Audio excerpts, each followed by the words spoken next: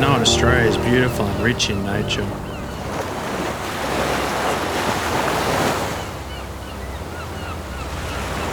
I was desperate to walk these paths of country again and capture the parts that I knew that were still out there. I wanted to visit these less travelled places, and for the last few months, not even stepped on.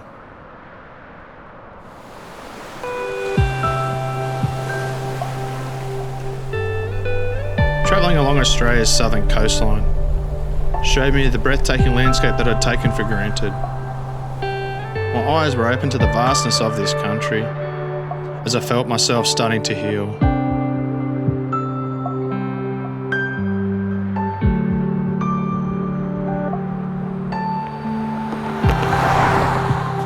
As I felt the sand beneath my toes, a smile spreading across my face as I watched the surfers riding the waves.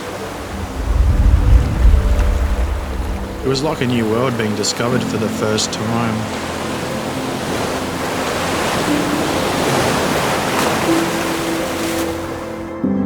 Watching the earth piece itself back together after the fires, I knew healing was going to take time. And that the world is not always how you see it, but how you choose to see it.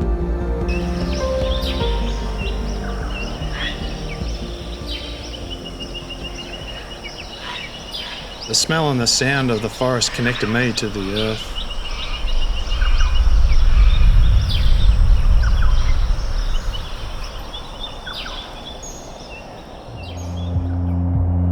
The feeling of the red dirt running through my fingers. Being able to feel the salt water on my feet. To smell the ocean. And to climb a mountain.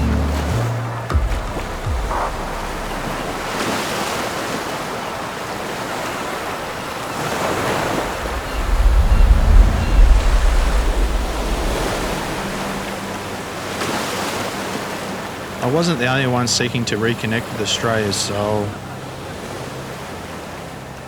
From the devastation we'd all been through together and the isolation, together apart.